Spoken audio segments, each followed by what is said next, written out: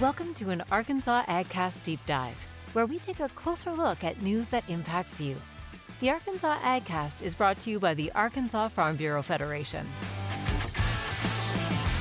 All right. Hey there, everybody. Welcome to the latest AgCast Deep Dive episode. We developed this series as a way to break away from the ag news headlines and take a closer look at a topic that matters to our members. As always, this show is brought to you by the Arkansas Farm Bureau. I'm your host today, Jason Brown. And I will say, this deep dive episode looks a little different today, and that is because we are on location.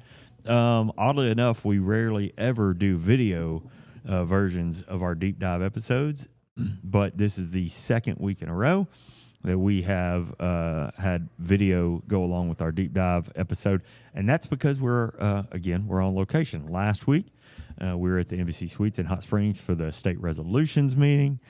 Today, we are in bright and shiny Jonesboro, Arkansas, for an event called Catalyst, the Northeast Arkansas Economic Development and Leadership Forum. We're happy to be here, and before I go any further, welcome our guest producer today, Mr. Justin Roten. I am. Good to be here. Yeah, glad to have you here. Yeah. It is a busy time at Arkansas Farm Bureau, and that means that our folks, at least on the PR team, are spread out everywhere. Like I said, we were in Hot Springs last week. We'll be announcing Farm Family of the Year in a month. Yeah. So that comes with a lot of work from you guys on the video on the video side of things as we speak. Yeah. So Matthew's out doing that. Brian's got stuff going on. So it's you and I here. Oh, John McMahon. We are also doing a lot of work right now on the Arkansas Farm Trail program for 2026. John is at a farm, taking a look and tour of a farm today. So he did not make the trip to Jonesboro. You've got the B team here with Justin and I. Here we are. But we're gonna make it happen. And I am, like I said, I'm excited to be here. This event is really pretty unique and a cool opportunity for the AgCast. I will just say, we got a call from the good folks here at Arkansas State University asking us to come up and not only attend the event today, but to record an episode of the AgCast. And that is a big deal to yours truly because this is the first time that we've really been able to bring the show to a non-ag audience. And certainly we're in Northeast Arkansas. Agriculture is here. There are people in the ag industry here. But meaning, the focus of this event is not just agriculture. So it's kind of new to us to be able to come up here and do this. We're really glad to do that. I'm going to tell you a little bit about what's going on with the event. I'm going to tell you who we're going to talk to. We'll take a little break, and then we'll get right into it. But as I said, this event is called Catalyst, the Northeast Arkansas Leadership and Economic Development Forum. We're on campus at Arkansas State University today recording. The program, pretty interesting, honestly. We started this morning with an agriculture panel, and that involved Dr. Mickey Latour, who is Dean of the College of Agriculture here at Arkansas State, Ag Secretary Wes Ward, certainly a friend and multi-time guest of the AgCast, Secretary Wes Ward, Harvey Williams, who's co-founder and CEO of Delta Dirt Distillery down in Phillips County. Harvey, Matthew and I got to go down there and visit with Harvey and his sons and wife. Oh gosh, it's been a few years ago, and talk about what they're doing. It's really fascinating. Growing sweet potatoes in Lee County, hauling those down to Phillips County, and making spirits with them. They have a fascinating thing going on. It's really cool. It's right on Cherry Street down in Helena. Like, if you haven't been down there, really beautiful tasting room, really cool facility, and it is farm to cask, I'll say, for lack of a better term. Farm to bottle. Yeah, farm to bottle. They are bringing it right from the farm and putting it putting it there through their process and then putting it in the bottle. So anyway, Harvey Williams. And then Matt Bell, speaking of farm to bottle, Matt Bell is president and CEO of Origami Sake. Origami Sake is down in Hot Springs. Also a company that we've recently featured, done a video on. And this is just a fascinating story. These guys are making sake, which is traditionally a Japanese beverage, alcoholic beverage. Mm-hmm. They're doing so with rice grown in Arkansas. That rice is being grown in Stuttgart and Humnoke, making its way right down the road to Hot Springs, where they pump up some of that world-famous water from right underneath the facility that they are in, and turn that into sake, which I will say I have heard is very delicious. I may or may not be able to attest to that myself, but you went there. I hope you would be. It's really good. Fascinating process, really a fascinating process. Also a cool way to use Arkansas agriculture products. But this panel of 4 guests this morning was moderated by Dr. Calvin White Jr. And Dr. White is provost and executive vice chancellor here at Arkansas State University. I will tell you before he gets here, he grew up in row crop country. He is a son of Arkansas County, hailing from Stuttgart, Arkansas. John did not know this when he and I didn't have the heart to break it to him and break his heart. He would have wanted to be here to interview one of his own neighbors from Stuttgart. But yeah. So Dr. White will be joining us here in just a few minutes. Before we get there, anything that's on your mind or anything you want to cover or tell us about? AgCast listeners, Justin, often get they're on the forefront. They get the insider tips on content we're creating or things that we're working on about to put out. So if you got anything that you've been working on or have worked on that you want to promote or push, now's your chance. I mean, really, the heavy thing for us right now is the farm family stuff, which is always exciting. Putting those videos together, seeing all the different families from all parts of the state.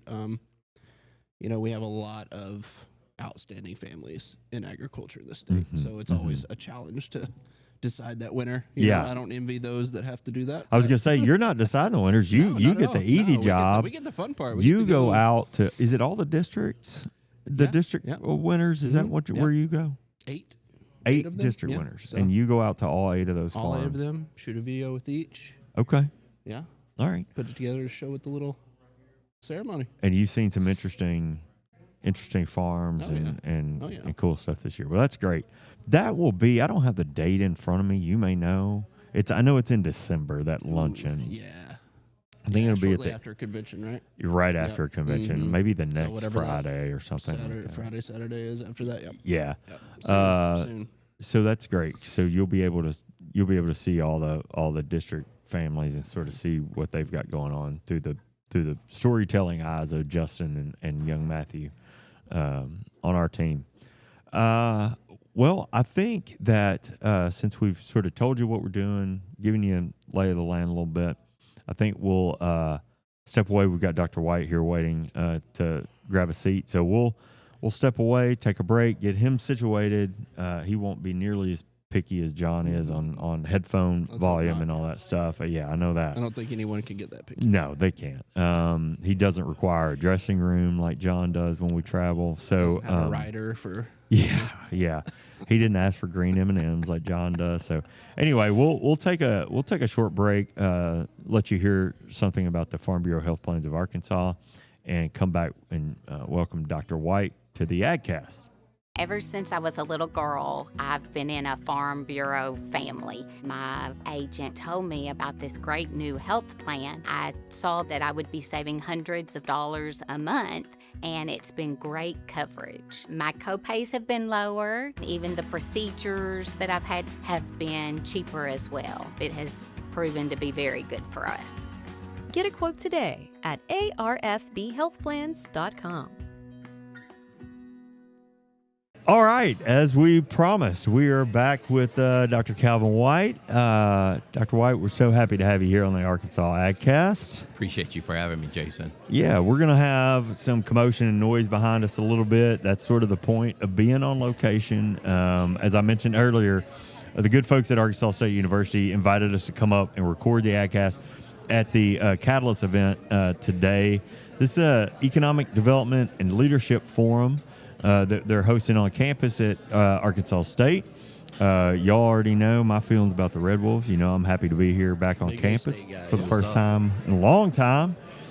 We are playing for first place tomorrow. Absolutely. In a bowl? In a bowl. In a bowl game, right? Against Southern Miss tomorrow. Yes, Southern 11 Miss. o'clock Oh, kickoff. it's an early kickoff, It's an yeah. early kickoff TV time. Yeah, TV time. Okay. I think the weather will be nice tomorrow, too. It will. So if you don't have plans to be here in Jonesboro, make them. They'd be glad to have you up here. I'd be happy to see you in the stands, too. But anyway, well, Dr. White, before I get too far down the football road, why don't you tell us a little bit about your history, your background, how you got here, and kind of what you do here? Well, I'm Calvin White Jr. I'm the provost and executive vice chancellor here at Arkansas State University. I'm a native Arkansan. Grew up in a little small town in southeast Arkansas, Stuttgart, Arkansas, the rice and duck capital of the world. Yep.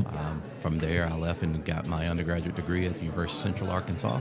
Left there and I actually spent time across the river at the University of Mississippi where I received my graduate credentials. And from there, I was lucky enough to be able to come home and spent about 19 years at the University of Arkansas, where I climbed through the ranks and met a lot of good people. Still consider a lot of people their home. Shout out to Dr. Fields and all they do. Yeah. And a couple of years ago, I had the opportunity to come over at Arkansas State and join Chancellor Shields as his provost and executive vice chancellor. And it was an opportunity that my wife and I just couldn't pass up. So that's why I'm here, but glad to be back in the Arkansas Delta. Yeah, well, number one, the Delta is glad to have you back. I grew up in St. Francis County. John McMinn, my co-host, I was mentioning earlier, he's a son of Stuttgart, and I know he will be disappointed. He couldn't be here today. I know he's going to be disappointed. No, he missed the opportunity to interview someone else from Stuttgart. He's very proud of his roots there. I got to tell you, your resume. We talked about football. You are all over the place. I mean, listen, Ole Miss, University of Arkansas, Arkansas State.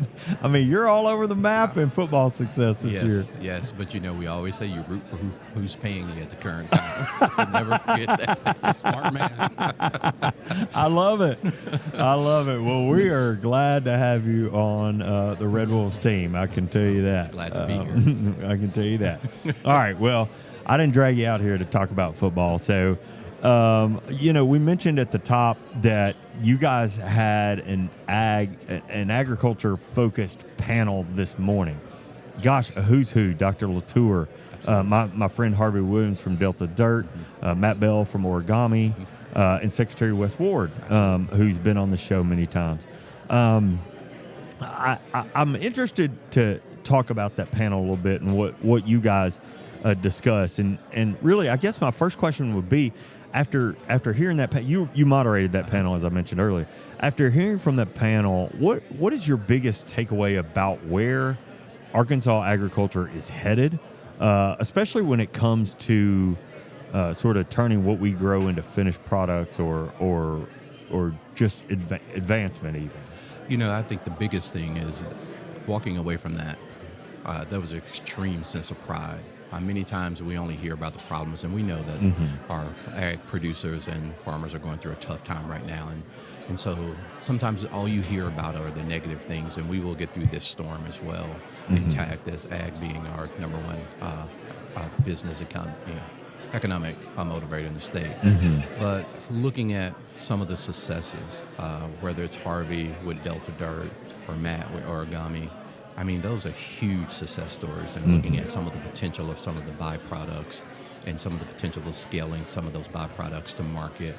The future of ag in the state of Arkansas is bright, and I think that was one of the biggest things. But number one, a sense of extreme pride.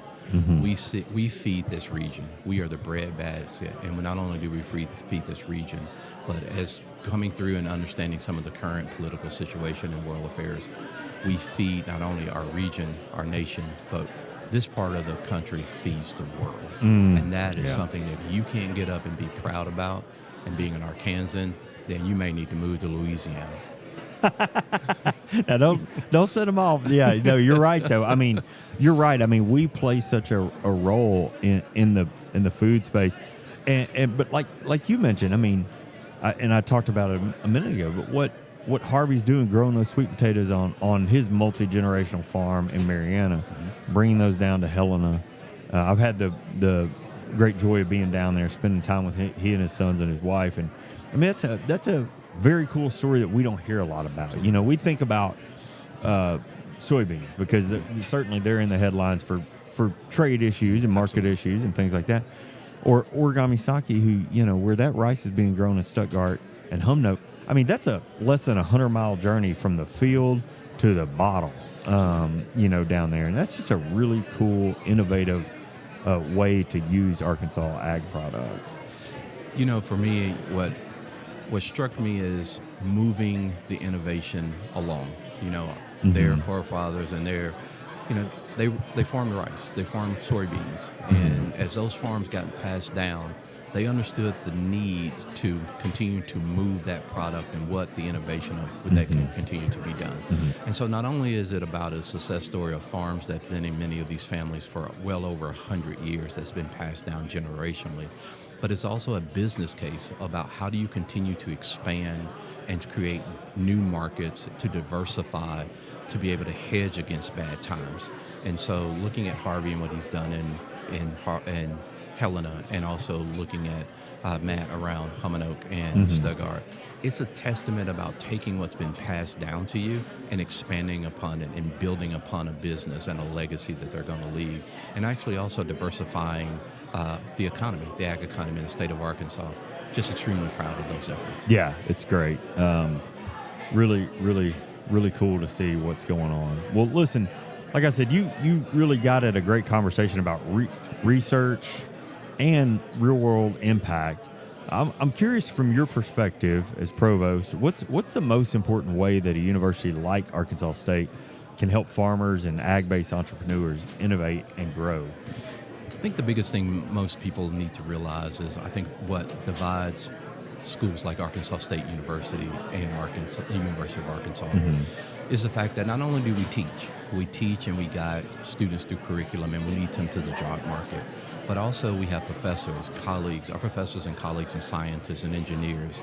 As a provost, my primary job is to help support when they ask those bold questions and tackle big problems. Wow. And so that's what makes the difference between a teaching institution and a research institution. And tackling big problems and tackling bold problems and looking at issues that are plaguing not only the state or plaguing the nation, and trying to come up with solutions to those problems, whether they're in the labs or in their field work. That's what makes us who we are.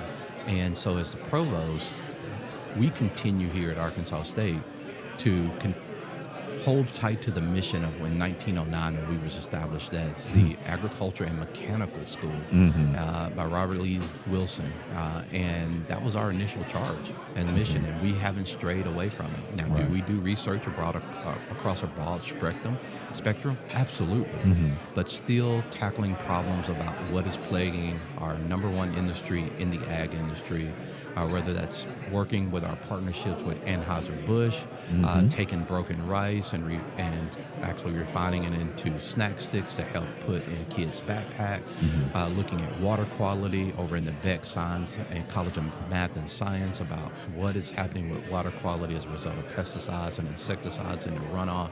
We do all that here, and without that R&D, research and development, happening, I mean, we help push market. We help push crops to market.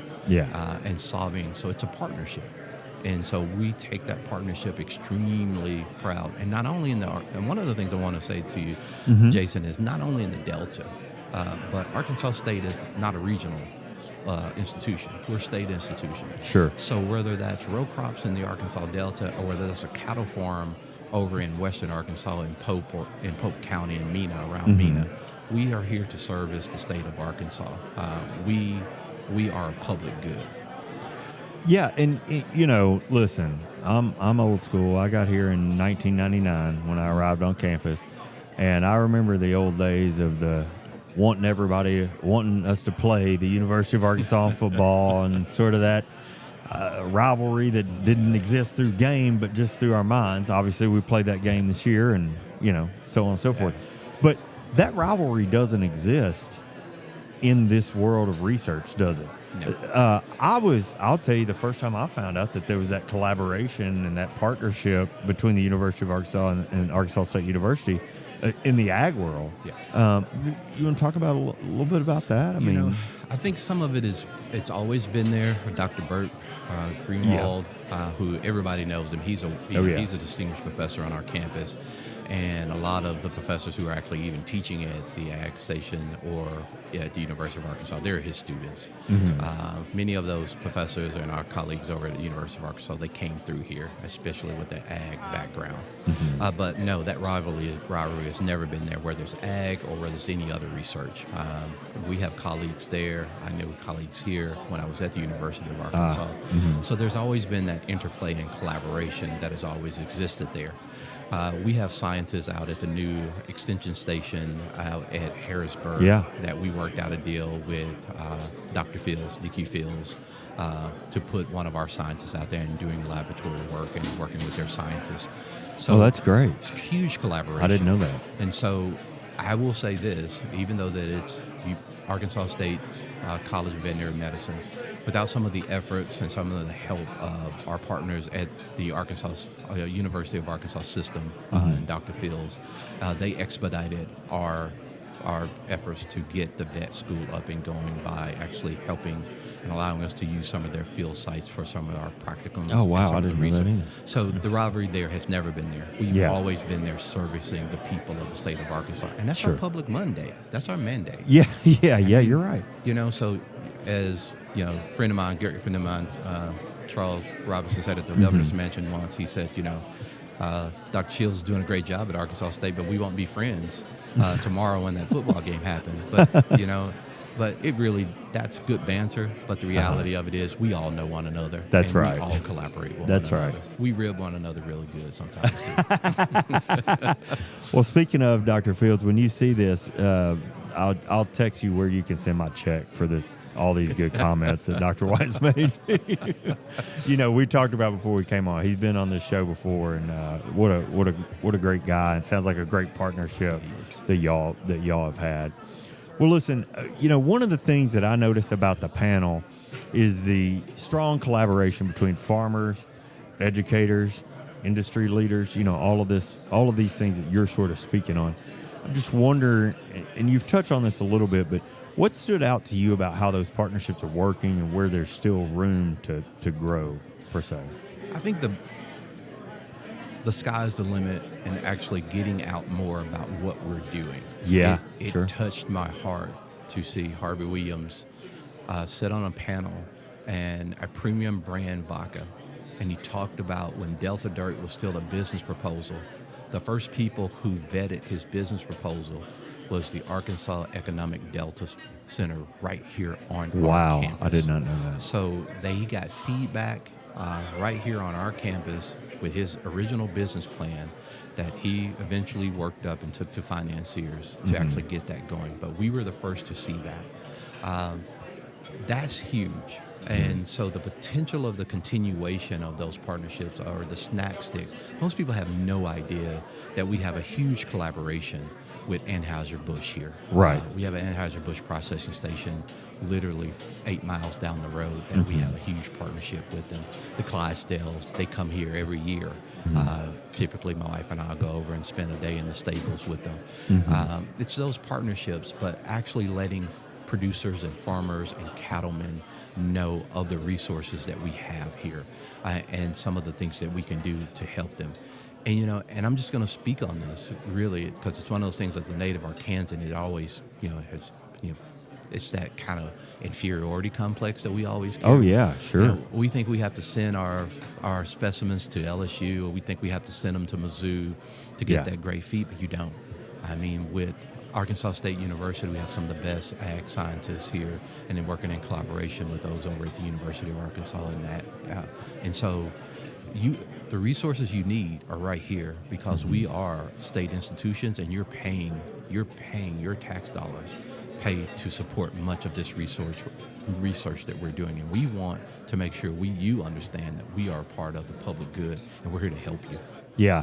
You know, this show is not sponsored by your favorite bar or cocktail, but it's come up so many times I can't help but bring it up. But like, we could really do an entire focus or case study probably on the agriculture use cases in the alcoholic beverage industry. I know I'm thinking about Lost 40, which is a brewery in downtown Little Rock. Their spent grain is turned out to farmers, livestock farmers, to come and get and feed to their animals. You know, I think maybe Rocktown does something similar. You know, we talk about Harvey and so on. I mean, there's just a lot of examples of Anheuser. I worked in partnership with Anheuser-Busch before I came to Farm Bureau, and we worked on doing some cool things in basically reducing greenhouse gas emissions and water usage in rice production, so that the beer was more responsibly grown, as it were. So we could put a pin in that. I think there's something that we can do with that. When you do that, you call me. I want to be on that. I didn't say anything about taste tests. Okay, okay. We're so, telling a story. but yeah, There may be a taste test. Well, you know, we talked a lot about innovation in the agriculture industry. I'm wondering where you see the connection. So you grew up in rural Arkansas. I grew up in rural Arkansas. Where does that connection between the innovation in agriculture and the broader story of rural communities and really rural revitalization, where does that begin to connect for you? Or what are you seeing?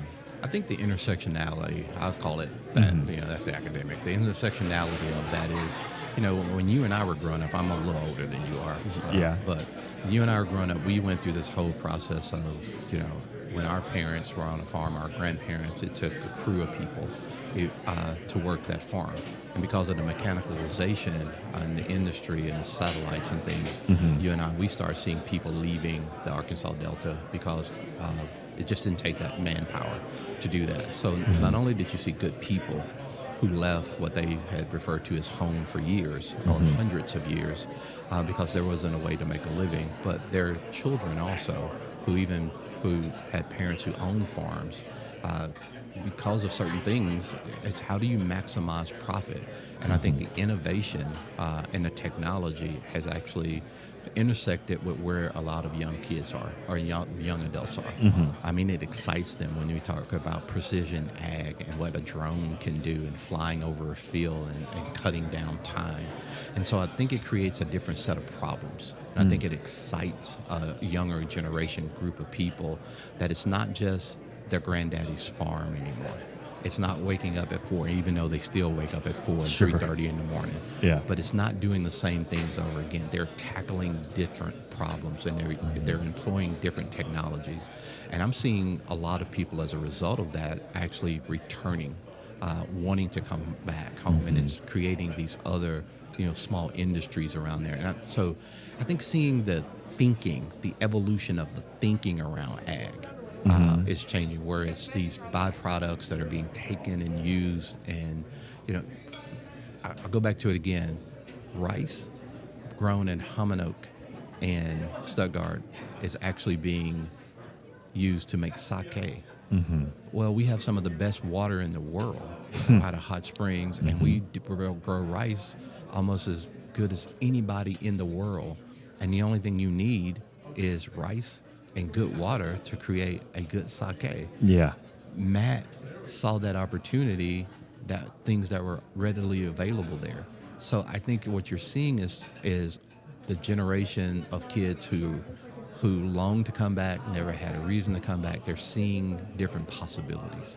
And so I think that's where the innovation and the different way of thinking, and that is drawing a lot of people back to the Delta and to, quite frankly, home. Yeah, you know, you talk about, you know, agriculture has not experienced very many revolutions, as we'll call it. I'd say mechanization would probably be one of them. Exactly. Another one would be, we'll call it a blanket technology, whether that be GPS or, you know, even target application or something like that. I think that there is a third revolution that we haven't talked about, and that is not visible to the naked eye. And you go with me here. I'm philosophizing a little bit, but that is the mental revolution of the farmer. Farmers don't just apply seed to dirt and harvest that crop anymore. They've had to become business managers, market traders, CTOs, Absolutely. CIOs, I mean, there has been the business of farming is really, really changed in the name of efficiencies, staying in business, in some cases, and I think that's really fascinating. And I do think it excites people. Now, I was one when COVID, hit us, and we got to see remote access, whether that be to work, to telemed, to whatever that was. I was really hopeful, and I've expressed this on this show many times. I was really hopeful. This is it, baby. This is where rural Arkansas really builds their population back, because now you can live where you grew up, but you can work in Little Rock or whatever you want to do, Unfortunately, that didn't play out quite that way. I think it has to an extent. But I'm really hoping that there is an opportunity one day where we can build back those. When Farm Bureau was founded, 20% of the state's population, I've gone back and looked at the census that year, 20% of the state's population lived in what we called an urban area. Wow. And 80% lived in rural area. Right now, it's the exact opposite. Wow. 80% of our population in the state lives in urban areas and 20% in rural areas.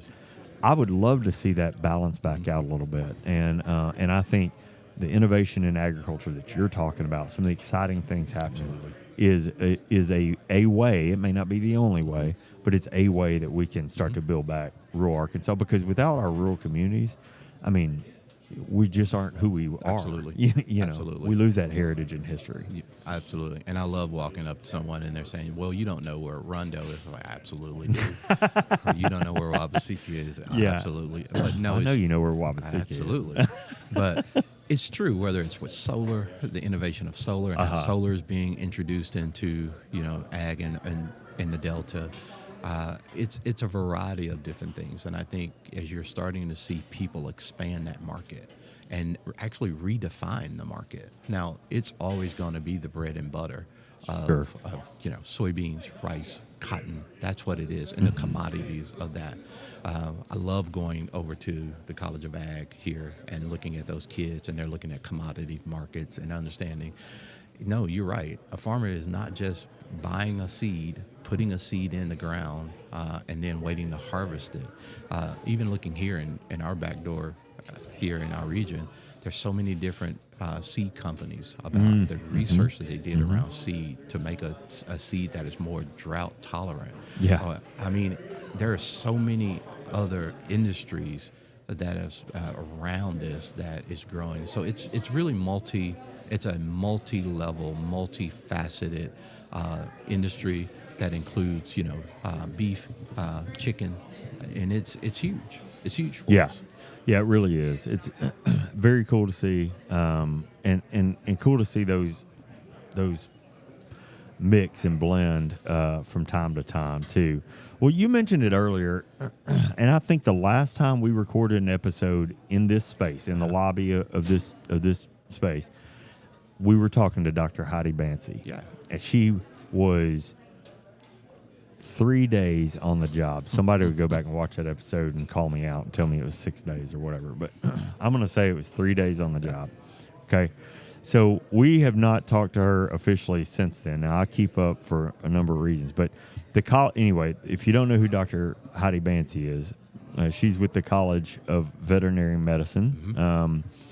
And here at Arkansas State. Now, I'm interested from your perspective, how will that program shape A-State's future role in supporting the state's farm economy? Oh, my goodness. This is what we call a softball. Are you ready? That's a softball. Here it comes. Right, here it comes. If I can't put this one over the fence, I'm in the wrong business. Yeah. First of all, let me say Dr. Bancy and Dr. Fry, who are senior associate dean, have actually traveled this state. They have been everywhere. And if you don't believe it, follow her on LinkedIn. Follow her on LinkedIn. But Dr. Bancy came here from LSU. We hired her. She was an associate dean at the College of Veterinary Medicine down at Louisiana State University. And I remember the very first day she walked in my office, and she was on campus, and I went through the interview process with her, and I've told her this. I knew within 15 minutes, unless we could make salaries work, that I was going to hire her. Really? I absolutely Really? did. That's amazing Absolutely. to me. Within 15 minutes. And I knew that was the person. So she has knocked it out the park. She came in, eyes wide open, actually understood. And I made a pact with her. I said, this is our baby, me as the provost and chief executive academic officer, and you're going to be the point person running this thing. And I said, but if we can get on the other side of this, and it's going to be a heavy lift, but if we can get on the other side of this, your fingerprints, and to a lesser degree, my fingerprints, will be on this thing for the rest forever. And it may be the crowning achievement of our careers. And, wow. And so that was big. And I said, it's going to be a no challenge. pressure. No pressure.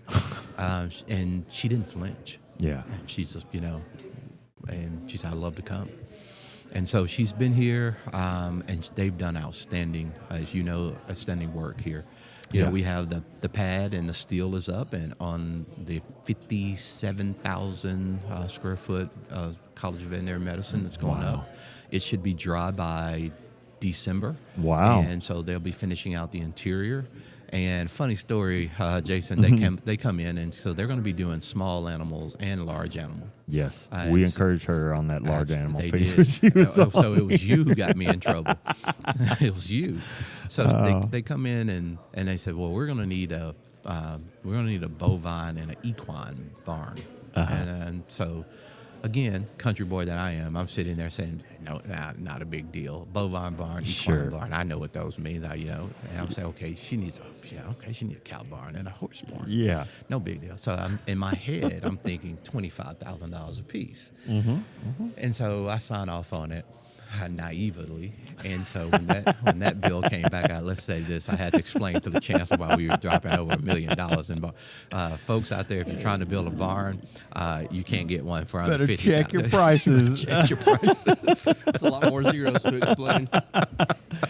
That's great. I love it. But the reality of it is, in all seriousness, it will be the defining moment that I think will turn the corner for us for the next 100 years. Man, I hope it is so. a foundational piece. We are equating the establishment of the College of Veterinary Medicine to the same equivalency of what the University of Arkansas Medical Sciences has done for the University of Arkansas. Goodness. It is the same impact that it will have. And what better place for it to be in the Arkansas Delta, where you have row crops and also you have huge farms and husbandry. I got to get that one out. Right? That's a tough one. But, it is huge, and it's going to service the state. And one of the things, too, is we have already seen how it's the growth of the population at the undergraduate school. We are saying that no qualified Arkansan, and I want all my people out there to hear me say this, no qualified Arkansan who meets our standards, who want to attend the College of Veterinary Medicine, will be turned away from out-of-state students. That is our commitment to the people in the state of Arkansas. Wow. No, if you have qualifications and you meet that, you will always be admitted here. We never want to lose another kid or Arkansan who goes to LSU, who goes to Mizzou or Oklahoma. And when the vast majority of them go there and they become educated there, they stay there. And so we have, I think Heidi was telling me there are 13 or 14 counties that don't even have a vet in the entire county.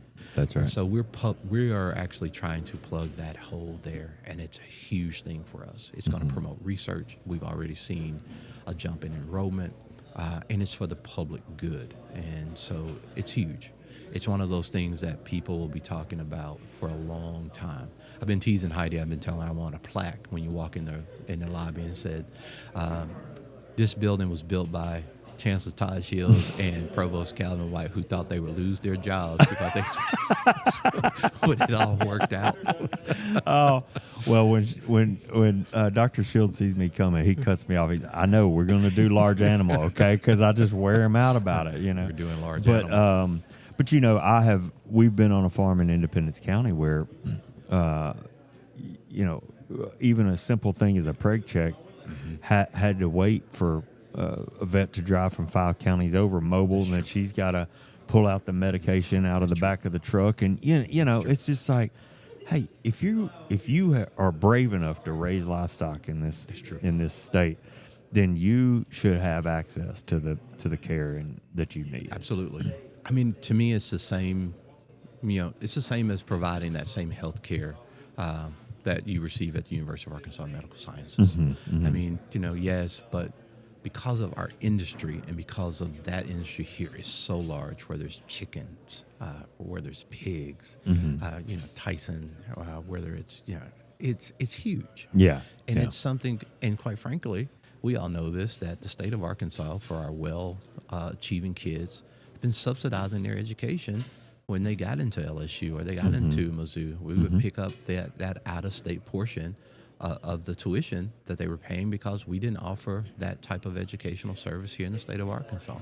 No more. I mean, and so if I'll rock on my front porch one day and, you know, kind of overlooking some low-lying timber. Yeah. And so, you know what, if I didn't do anything right in my life, you know, I got that one right. So, yeah. And it's something I'm proud of. We're extremely proud of it. I have a very close family member who graduated from undergrad here. She moved to Baton Rouge to go to veterinary school, and she was dating a guy from here. So now she's 2-3 years out of school. But he moved down there, and they just they started a family down there, and they're still down there. To your point about staying. Absolutely. And I would love to have her back here, but, you know, that opportunity didn't exist for her. So while we can't make that change immediately, you know, you are making a generational change by offering that. That's humbling. I appreciate that. This state. So, thank you for that. I appreciate that. And although, you know, all that hard work really goes out to Dr. Bansi, Dr. Fry, and her team. She has her team here with her. So, you know, they have hit the state running, and, you know, fortunately, I just stay out of her way, and we write the checks. Yeah. And I keep telling her, I say, I got heartburn right now. I said, so, you know, I'll say this, it's Paul, but, you know, we're running a lot of money over there, and we hadn't put a kid in the school, but we have every anticipation of admitting that first class in fall 2026. Sure. We have our last accreditation visit that's coming up in January, and we're looking good. So we made a pledge. Heidi and I sit down and made a pledge that we would not put one student in our school before it was fully accredited. We didn't even want a student taking that chance of actually going into the program and into an unaccredited program. So when they step in day one, they are going into a fully accredited program by their national organization. So we weren't playing around with this one, Jason. Sure. So this is real. Yeah. And this is this is what we're giving back to the people of Arkansas. Yeah. Oh, that's incredible. Well, it's time for us to have her back on, and I'm just going to be a little candid with you and tell you what happened last time she came on. It was John and I interviewing her, and we had, you know, the best laid plans, as they say. We had these great questions lined out. I mean, we were really prepared. Has she told you about the sled dogs? No. Oh my goodness. Yeah. So she mentions, oh yeah, you know, grew up training sled dogs, and it was off the rails from there. We just, that's all we wanted to talk about was these sled dogs and because she's from, you know, the Great North. She is. Anyway, so ask her about the sled dogs sometime. It's a fascinating story. I will. Well, listen, we've kept you a long time, but I've got one more for you. And frankly, you may not know this. I don't think I told you. But every person who comes on the show gets an, I'll be kind, I'll say an off-topic question. And so you're no exception. We have had sitting U.S. senators on this show, and not even they have been able to escape this dreaded surprise question. So, but I will tell you, we'll take it fairly easy on you. And I read a lot about your background and your history in preparation for our conversation. I haven't put any of it to use, but I read a lot about it. You know, you're an accomplished author and student of the American South. I am. You're also a son, as we mentioned, of the Arkansas Delta, as am I. So I'd like to ask you, in your studies and your experiences, what is the most surprising or even fascinating things that you have learned when studying Southern culture? You would do that with too much. I could ask you your favorite cut of steak, but Yes, you we could. do that a lot. So I'm telling you, I was deep in this. Like you could tell, I was in my really own were. head.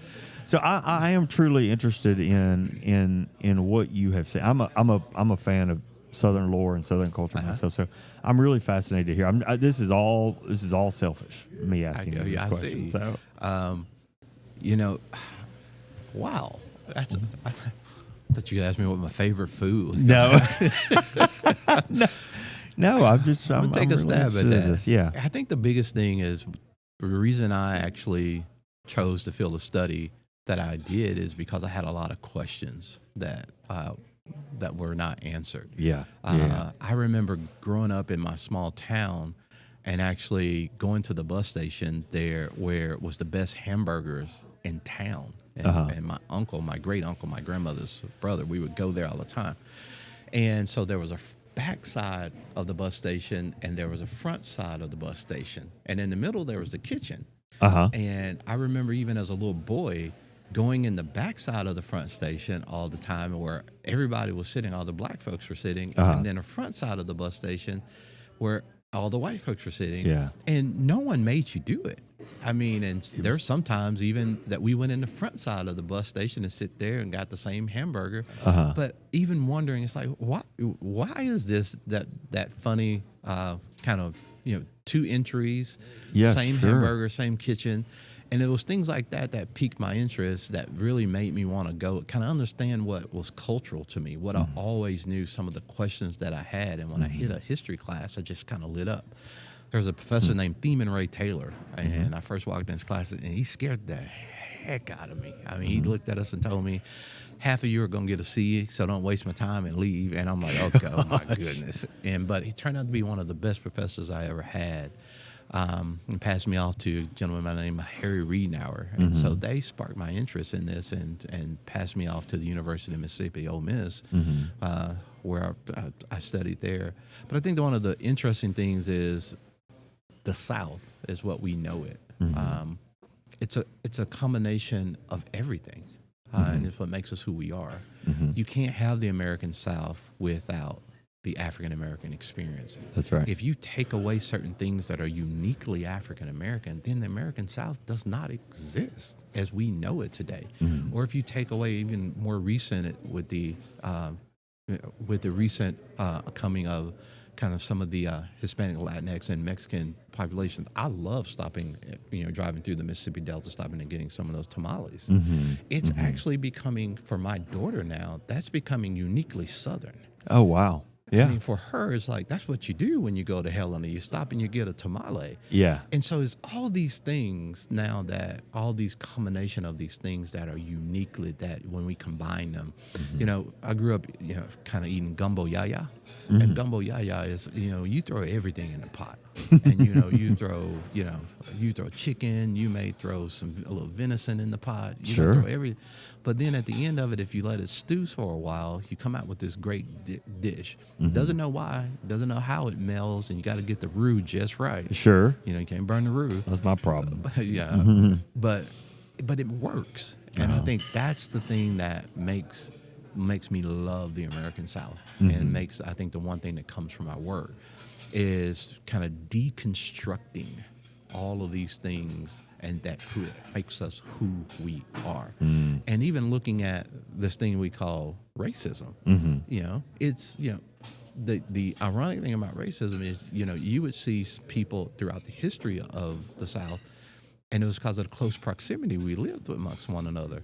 Is they would say the most outlandish things I found in records about generalization of black folks. But then in a couple paragraphs later, they would say, but I love Uncle Willie, and that's my guy, and you can't, and they meant that. Yeah, sure. And so it was that weird interplay that pulled me in to kind of dissect. So I guess it was the researchers there that actually pulled me toward it and made me want to kind of study it. I love that. I'm still that, and it's just a reflection of who I am. Yeah. I went and studied things that I actually grew up with not really having questions about. Yeah. And I love it. I just really love it. Oh, that's great. I love it. It's home. Yeah. So I could talk about this forever, but I would carry it right into the music and the influence, and coming from St. Francis County, the home of Al Green, and anyway, I love that. Thank you so much. Congratulations on all your success in that realm too. There may not be a wall between the author and the provost, but anyway, to me, it's two sort of parallel careers that have been very successful. So congrats to you. I appreciate it, and thank you, Jason, for you guys having me on today. It's meant the world to me, and we're gonna close this out. Yeah. If you're near, we want you to come on out. Let's see us put a whooping on Southern Michigan and become eligible. So that's right. That's what I'm hoping for. Come on down. All right. Well, listen, it was a real pleasure having you on the AgCast. Appreciate it. I'm glad you made the time. You're welcome back anytime. Anytime. And I'm gonna close us out here as Justin turns our music on. All right. All right. Well, listen, that wraps up this special edition of the Arkansas AgCast. Thank you for taking the time to listen or watch this deep dive episode. We'll continue bringing on guests to take a closer look at topics that are important to our members. Remember, you can watch the new weekly episodes of the Arkansas AgCast every Thursday, find video episodes on Facebook and YouTube, listen to the audio version where you listen to podcasts, and make sure to subscribe and leave us a review when you have a few extra minutes. I'm almost done. The Arkansas AgCast is brought to you by the Arkansas Farm Bureau.